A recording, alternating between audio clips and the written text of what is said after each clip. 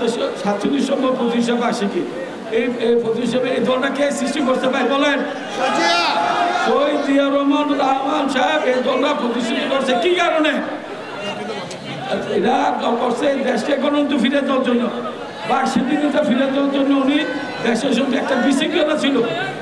জিয়াউর রহমান সাহেব ওই সময় 1977 সালে প্রথম জাগো দল, পরে আবার 78 সালে বিএনপি প্রতিষ্ঠা করছে আমরা সেবার জন্য। এই মানুষের সঙ্গে 8.5 কোটি 9 কোটি মানুষ ছিল। মানুষগুলি সেবার জন্য উনি আমাদের জন্য উনি আর্মি ড্রেস পরিবর্তন করে আমাদের সাথে উনি একটা দল করছে, দল প্রতিষ্ঠা করছে। 47তম প্রতিষ্ঠা বার্ষিকী আছে। আমাদের এখন কর্তব্য কি? উনি তো নাই।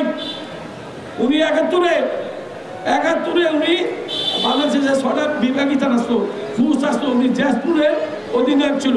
এই জাজপুরের অধিনায়ক উনি সিলেটের মেঘালয় সিলেটে যুদ্ধ করছে। উনি 71-এ প্রথম on behalf of Sheikh Mujib ওনার নামে কালুরঘাটে প্রথম ঘোষণা করছে উনি। এই সময় আমি দিকে বহুনের কাজ করে নাই, সব পালাইছে। একমাত্র জিয়াউর রহমান সাহেব উনি আর্মির কথা বুঝে যায়, বাড়ি ঘরের কথা বুঝে, ছেলে মেয়ের কথা বুঝে যায়। কালুরঘাট ঘাটে উনি on behalf of Sheikh Mujib নামে স্বাধীনতা ঘোষণা করছে, উনি নিজের নামে করে নাই।